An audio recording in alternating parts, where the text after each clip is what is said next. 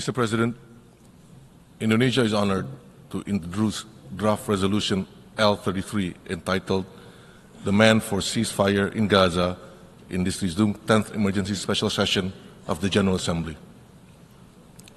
This resolution, presented amid an unprecedented and devastating crisis on the Palestinian people in the occupied Palestinian territories, including East Jerusalem, and particularly in the Gaza Strip. This draft resolution underscores the high urgency, absolute necessity for the General Assembly to act now, once again, to demand a ceasefire. We should not let the international community to fail again to act swiftly and responsibly.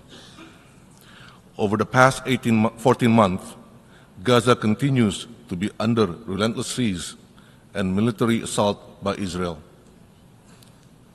without conditions described as appalling and apocalyptic.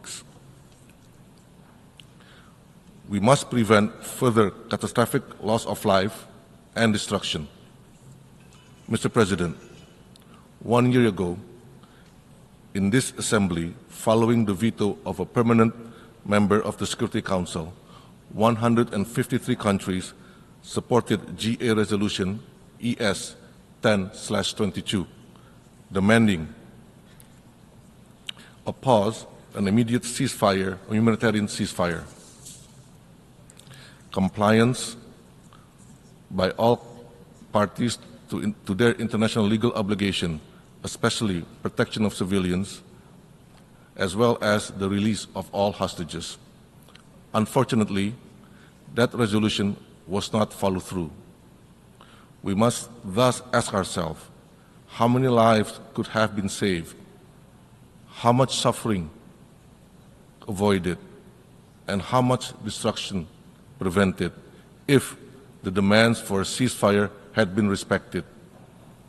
If Israel respected international law, its charter obligation, and listened to the clear voice of conscience of the international community, instead of persisting with its crime, if accountability had been enforced and veto not used to shield these actions. It is time to change the trajectory, to save 2 million children, women, and men in Gaza, alleviate their suffering, and provide them with immediate assistance, relief, and hope. Accountability and justice must be pursued, and a path towards peace must be chartered. This must begin with a ceasefire to stop violence and protect innocent civilians from further harm, including by immediate actions in accordance with ICJ provisional measures.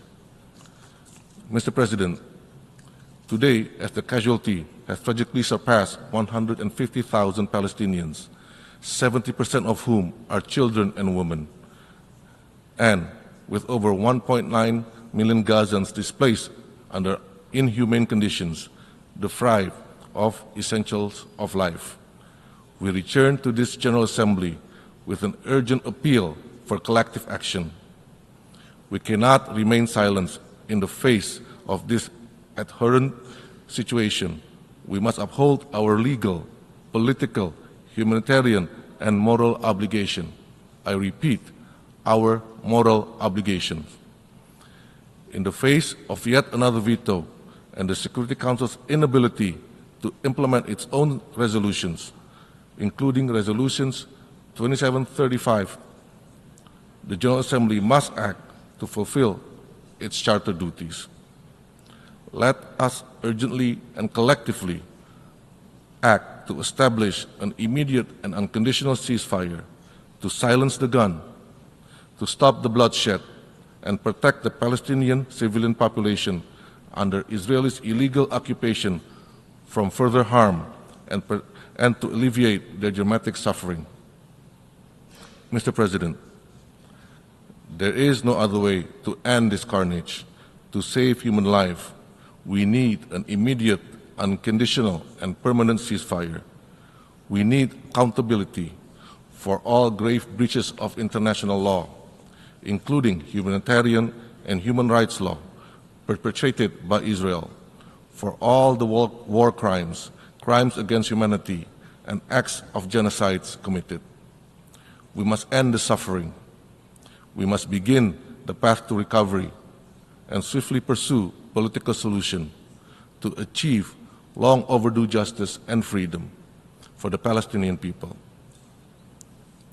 Indonesia thanks the 47 co-sponsors of this resolution. On behalf of the co-sponsors and in the name of justice and humanity, Indonesia urges all member states to support draft resolution L33. Let us act collectively to honor our shared responsibility, uphold international law in this critical moment. I thank you, Mr. President.